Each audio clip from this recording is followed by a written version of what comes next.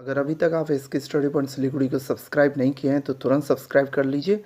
Like और share करना बिल्कुल नहीं भूलिएगा। आप देख रहे हैं model activity task class 10 history, जो 2020 मार्क्स का है, जनवरी 2022 का। इंग्लिश वर्जन का क्वेश्चन पेपर आपकी स्क्रीन पर दिख रहा है। इसी इंग्लिश वर्जन के क्वेश्चन पेपर को इसके स्टडी पॉइंट सिलीगुड़ी आपके लिए हिंदी में रूपांतरित करके लाया है और उसका सॉल्यूशन भी आपके पास इसी वीडियो में दिखाया जाएगा। अगर आप अभी तक कमेंट भी नहीं किए हैं या इस वीडियो को शेयर नहीं किए हैं तो अपने दोस्तों से ज़रूर शेयर कीजिए, ताकि उन्हें भी इसके स्टडी पॉइंट सिलीगुड़ी के इस वीडियो के बारे में पता चले और इसके स्टडी पॉइंट सिलीगुड़ी के सारे स्टडी मटेरियल्स जो मिलते हैं वीडियो के रूप में उन्हें भी मिल जाए, उन्हें भी फ़ायदा हो। आपको एक चीज़ और बताया दिए चलता हूँ कि इसकी studypoint-siliguri.com पर एक वेबसाइट है, उस पर जाकर भी आप इसकी स्टडी पॉइंट सिलीगुड़ी के काफ़ी रिटन मटेरियल्स को प्राप्त कर सकते हैं। क्लास 10 के काफ़ी सारे मटेरियल्स हैं, उसको जाकर पढ़ सकते हैं। तो चलिए इस वीडियो को शुरू करते हैं। Model activity task class 10 history, जनवरी 2022 को पहला क्वेश्चन जो दिया गया है उसमें 4 फिल इन द ब्लैंक्स है, जिसको आप देख पा रहे हैं। आंसर जो है वह रेड पेन से या लाल से लिखा हुआ है, आप उसको नोट डाउन कर लीजिएगा। पहला क्वेश्चन ए नंबर जो है, सोम प्रकाश एक बांग्ला साप्ताहिक पत्रिका था। ठीक है, तो सोम प्रकाश के बारे में आपको जान के रखना होगा। इसका प्रकाशन ईश्वरचंद्र विद्यासागर ने 15 नवंबर 1858 ईस्वी में किया था। प्रथम संपादक इसके द्वारकानाथ विद्याभूषण थे और इस सोम प्रकाश का प्रकाशन चंगारी पोता से किया गया था। चंगारी पोता एक जगह का नाम है जहां से इसका प्रकाशन शुरू किया गया था। आगे बढ़ते हैं, बी नंबर देखिए, बंगाल गजट एक साप्ताहिक पत्रिका जेम्स ऑगस्टस हिक्की 1780 ईस्वी में लिखा इन्होंने शुरू किया था, द्वारा प्रकाशित की गई थी।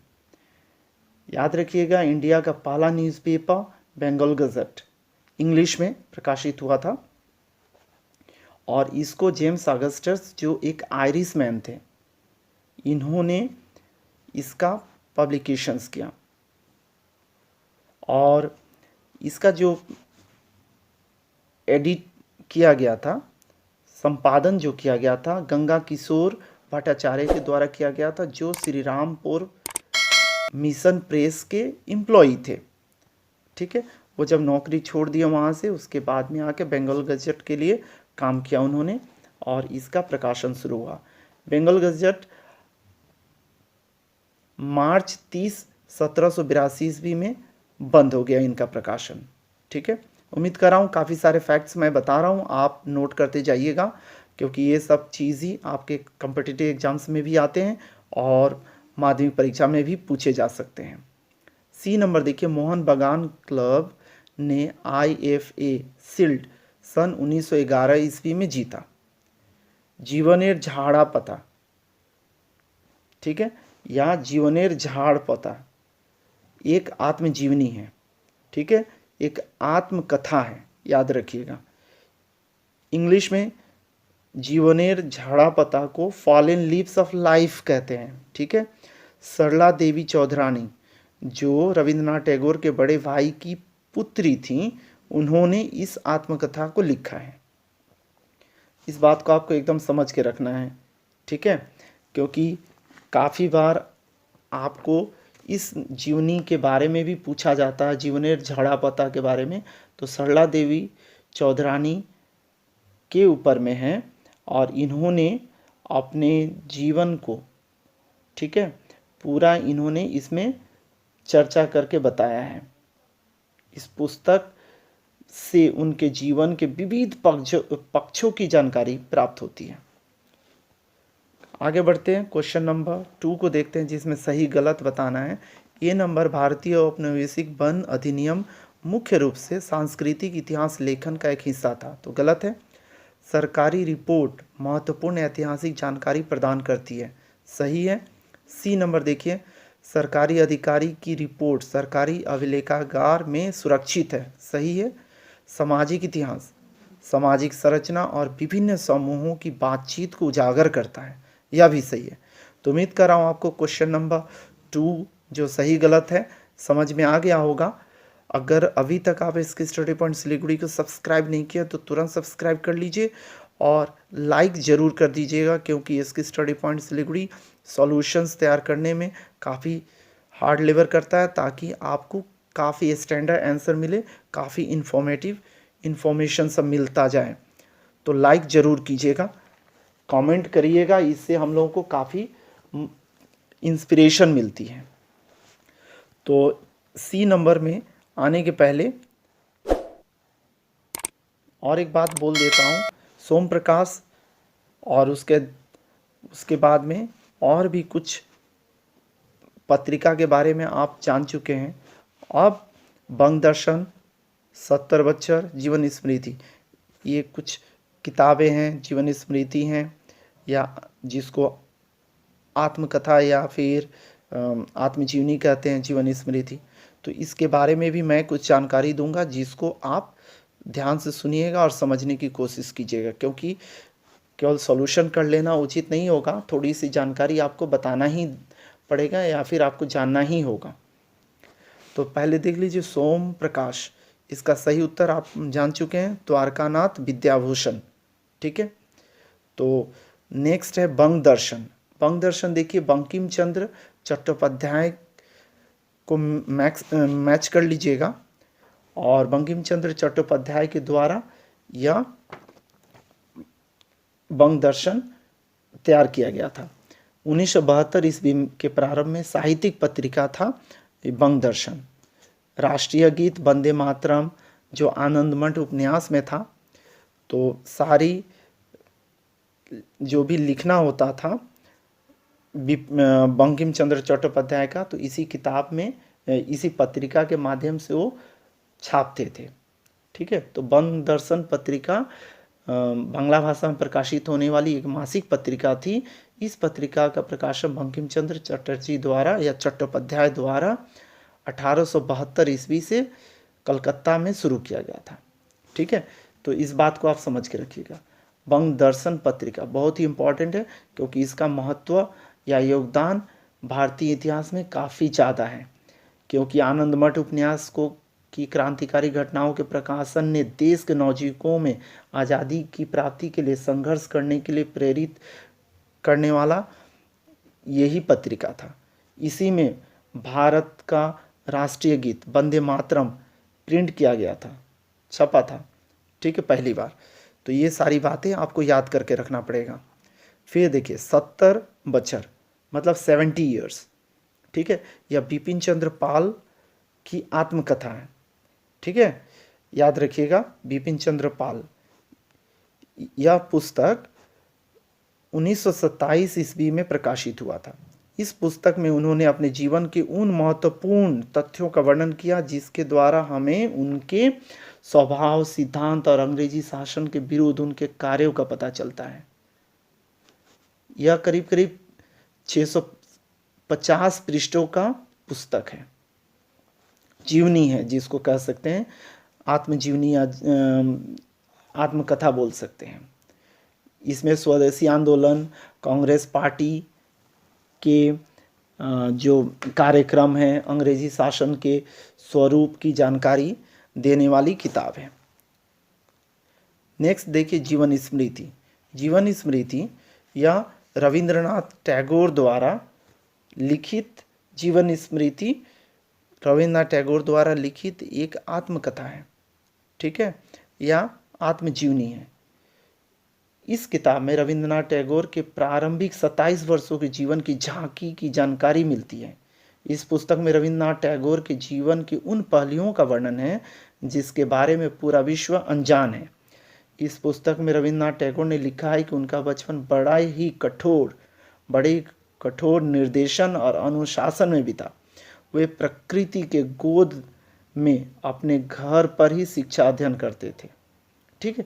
ये सारी बातें इसमें लिखी गई हैं और उनकी इस पुस्तक में बालकों के ज्ञान का भी वर्णन मिलता है। तो उम्मीद कर रहा हूँ आपको समझ में आ गया होगा। तो सही उत्तर क्या होगा? सोम प्रकाश, द्वारकानाथ विद्याभूषण, बंगदर्शन बंकिम चंद्र चट्टोपाध्याय, सत्तर बच्चर बिपिन चंद्र पाल, जीवन स्मृति रविन्द्रनाथ टैगोर। ठीक है, उम्मीद कर रहा हूँ आपको काफ़ी सारा इन्फॉर्मेशन मैं दे पाया। फिर भी कुछ भी डाउट हो तो आप कमेंट सेक्शन में ज़रूर लिखिएगा। 4 नंबर क्वेश्चन को देखिएगा, इसमें 2-3 वाक्य में उत्तर देना है। समाचार पत्र जिसको न्यूज़पेपर बोलते हैं, या नियतकालीन पत्रिका जिसको पीरियोडिकल कहते हैं, इनके बीच में अंतर क्या है? जो पत्र पत्रिका समय के निर्दिष्ट अंतराल में, जैसे साप्ताहिक हो या प्रत्येक 15 दिन पर, या मासिक या प्रत्येक 3 माह के अंतराल में प्रकाशित होता है, उसे नियतकालीन पत्रिका कहा जाता है। वहीं दूसरी तरफ जो पत्र पत्रिका दैनिक खबरों के साथ प्रकाशित होते रहते हैं, उन्हें समाचार पत्र कहते हैं। जैसे सोम प्रकाश साप्ताहिक पत्रिका था, वहीं संवाद कौमुदी दैनिक समाचार पत्र था। आपको पता होगा जो संवाद कौमुदी है बांग्ला में प्रकाशित होने वाला प्रथम दैनिक समाचार पत्र था। ठीक है, इसका प्रकाशन ईश्वर चंद्र गुप्ता के प्रयास से हुआ था। ठीक है, 1839 ईस्वी में इसका प्रकाशन शुरू हुआ था, याद करके रखिएगा। आगे बढ़ते हैं, बी नंबर देखिए, स्थानीय इतिहास या लोकल हिस्ट्री का क्या महत्व है? स्थानीय इतिहास या लोकल हिस्ट्री का महत्व। स्थानीय इतिहास के अंतर्गत किसी विशेष क्षेत्र में निवास करने वाले मानव समाज का अध्ययन किया जाता है। यह उस समाज या समुदाय का सांस्कृतिक और सामाजिक दृष्टिकोण से अध्ययन करता है। स्थानीय इतिहास अक्सर लोक गाथाओं एवं किंवदंतियों रूप से संकलित किया जाता है। कल्हण द्वारा रचित राजतरंगिणी स्थानीय इतिहास का उदाहरण है। इसमें कश्मीर के राजवंश का इतिहास है। इसकी रचना संस्कृत भाषा में 12वीं शताब्दी में की गई थी, जो राजाओं के साथ साथ कश्मीर से संबंधित महत्वपूर्ण जानकारी देता है। तो आप समझ गए होंगे कि लोकल इतिहास या लोकल जो हिस्ट्री है वो कितना इम्पॉर्टेंट है किसी भी जगह के इतिहास को तैयार करने में या फिर उसकी जानकारी देने में। कहने का मतलब है कि जो स्रोत है, इतिहास का जो स्रोत है वह बहुत है, विशाल है। ऐसा नहीं है कि बस कुछ ही है उसी से हो जाएगा इतिहास की जानकारी, ऐसा कुछ नहीं है। बहुत सारे माध्यम है जिसके जरिए हम लोग इतिहास के विभिन्न रूपों को हम लोग समझ सकते हैं, जान सकते हैं। आगे बढ़ते हैं, देखिए सी नंबर, इंदिरा को पत्र लिखने के पीछे नेहरू का क्या उद्देश्य था? जवाहरलाल नेहरू को स्वतंत्रता संग्राम के दौरान अधिकतर समय जेल में रहना पड़ता था और इंदिरा घर पर रहती थी। अतः नेहरू पत्र के माध्यम से ही जीवन में आगे बढ़ने की प्रेरणा देते थे और ज्ञान की बातें समझाया करते थे। इस प्रकार विदेश दुनिया की संस्कृति की जानकारी देने के लिए अपनी पुत्री इंदिरा को पत्र लिखा करते थे। नेहरू, चाचा नेहरू हम लोग बोलते हैं, इन्हीं के नाम पर, इन्हीं के जन्मदिन को हम लोग नवंबर 14 को बाल दिवस के रूप में मनाते हैं। पंडित जवाहरलाल नेहरू जो भारत के प्रथम प्रधानमंत्री भी थे। इंदिरा गांधी जो इनकी सुपुत्री थी, बाद में भारत की प्रथम महिला प्रधानमंत्री बनी। 3 नंबर देखिएगा, आधुनिक भारतीय इतिहास के स्रोत के रूप में फोटोग्राफी का उपयोग किस प्रकार किया जाता है?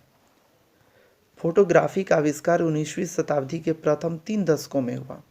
रसायन शास्त्र एवं प्रकाश विज्ञान में उन्नति के कारण ही फोटोग्राफी का विकास हुआ था। भारत में इसका प्रयोग अंग्रेजों द्वारा सन 1850 ईस्वी से प्रारंभ हुआ। अंग्रेज अधिकारियों ने स्थापत्य कला की वस्तुओं और पुरातात्विक स्मारक का चित्र खींचने में फोटोग्राफी का उपयोग किया।